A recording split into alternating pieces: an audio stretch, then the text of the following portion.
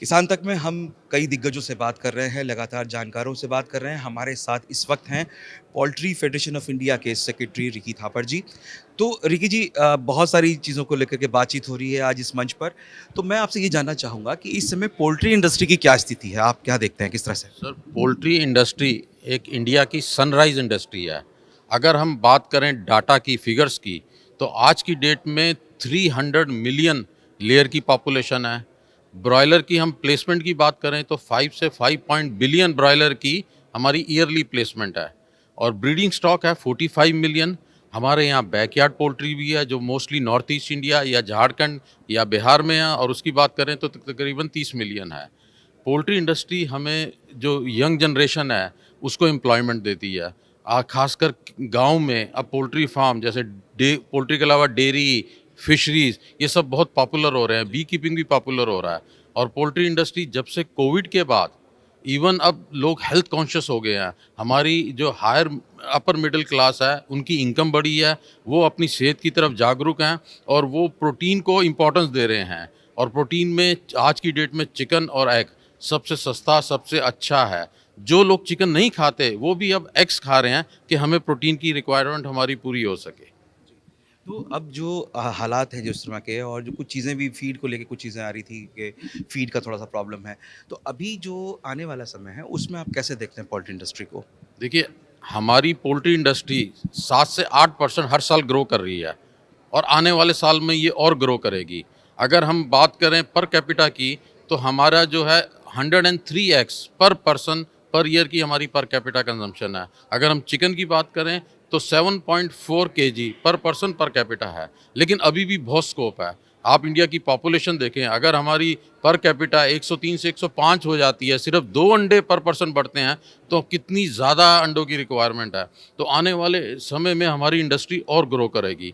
लेकिन इसके साथ हमारे साथ कुछ कठिनाइयाँ भी हैं। हमारी इंडस्ट्री ग्रो कर रही है 7 से 8%। हम बात करें एग्रीकल्चर की, उसकी ग्रोथ है 1 से 2%। हमारे पोल्ट्री अंडा मुर्गी को तैयार करने के लिए उसमें पोल्ट्री फीड में 60-65% जो कॉस्ट है वो फीड की कॉस्ट है। फीड में मोस्टली कॉर्न, जिसे मक्का बोलते हैं, और सोयाबीन मील। जब सोयाबीन से तेल निकाल लिया जाता है तो जो उसकी खली होती है, सोयाबीन मील या डी ऑयल केक भी बोलते हैं, वो यूज़ होती है। मक्का क्या पहले सिर्फ poultry industry, dairy industry, aqua industry use करती थी। उसके बाद इसको मक्का को स्टार्च मिल ने लिया। अब लास्ट ईयर से एथेनॉल इंडस्ट्री भी काफ़ी मक्का की कंजम्पशन बढ़ा दी है।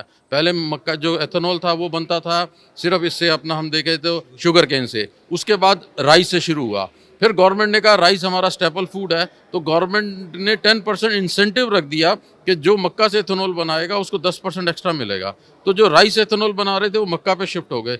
इससे हमारी मक्का की कॉस्ट बहुत ज़्यादा बढ़ गई। जो मक्का 20 से 22 हज़ार हमारा जो गवर्नमेंट का एमएसपी उस पर थी, आज की डेट में 28,000 से 29,000 पर मैट्रिक टन है। तो मक्का की कॉस्ट बढ़ने से हमारी फीड की कॉस्ट बढ़ी, फीड की कॉस्ट बढ़ने से चिकन और अंडे की कॉस्ट बढ़ी। तो फार्मर, जो पोल्ट्री फार्मर है, उसको काफ़ी प्रेशर के अंदर है। तो आने वाले टाइम में हम ये गवर्नमेंट से रिक्वेस्ट करेंगे कि वो जो जीएम सोयाबीन मील और जीएम कॉर्न को अलाउ करें, ताकि हमारे फार्मर जो है, एग्रीकल्चर फार्मर को भी फ़ायदा होगा, ताकि उनकी जीएम सोयाबीन और जीएम आने से क्रॉप की उसकी बढ़ेगी, पर कैपिटा जो उसमें है यील्ड बढ़ेगा, और दूसरा हमारे रेट भी कम्पिटिटिव होंगे, और तभी हम इंटरनेशनल मार्केट में आने वाले टाइम में हम कम्पीट कर पाएंगे। थैंक यू बहुत बहुत रिकी थापर जी ने इतनी जानकारी दे दी। और कुछ सवाल थे जो मैं आपसे पूछना चाहता था, लेकिन आपने उसका उत्तर पहले ही दे दिया। तो बेहद शुक्रिया रिकी थापर जी का। और जो गवर्नमेंट से इनकी मांग है, जो जीएम को लेकर के जीएम अलाउ करने की जो बात है, उस पर पूरा फोकस है। और कुछ भी रिकी जी? हाँ, मैं इसमें, हमारी जो एनिमल हस्बेंड्री डिपार्टमेंट है वो हमें बड़ा सपोर्टिव है। गवर्नमेंट एनिमल हस्बेंड्री डिपार्टमेंट एक animal husbandry infrastructure development fund बनाया है। ये फंड 3% जो इंटरेस्ट सब्सिडी देता है, उससे काफ़ी प्रमोशन हुई है, काफ़ी सपोर्ट मिला है। ऐसे ही हमारा आने वाला जो फ्यूचर है वो फूड प्रोसेसिंग इंडस्ट्री का है। अगर हम बात करें चिकन प्रोसेसिंग प्लांट्स की, तो आने वाले 5 से 10 साल में काफ़ी प्लांट लगेंगे। और फूड इंडस्ट्री जो मिनिस्ट्री है वो भी कोल्ड स्टोरेज लगाने के लिए, फूड प्रोसेसिंग प्लांट लगाने के लिए काफ़ी सपोर्ट कर रही है। तो एनिमल हस्बेंड्री डिपार्टमेंट और फूड प्रोसेसिंग इंडस्ट्री डिपार्टमेंट हमें काफ़ी सपोर्ट कर रहा है पोल्ट्री को आगे बढ़ने में, और उसका हम धन्यवाद करते हैं। अगर ये वीडियो आपको पसंद आया है तो इसे लाइक ज़रूर करें। अगर चैनल अभी तक सब्सक्राइब नहीं किया है तो कर लें, और नोटिफिकेशन पाने के लिए बेल आइकन भी दबा दें।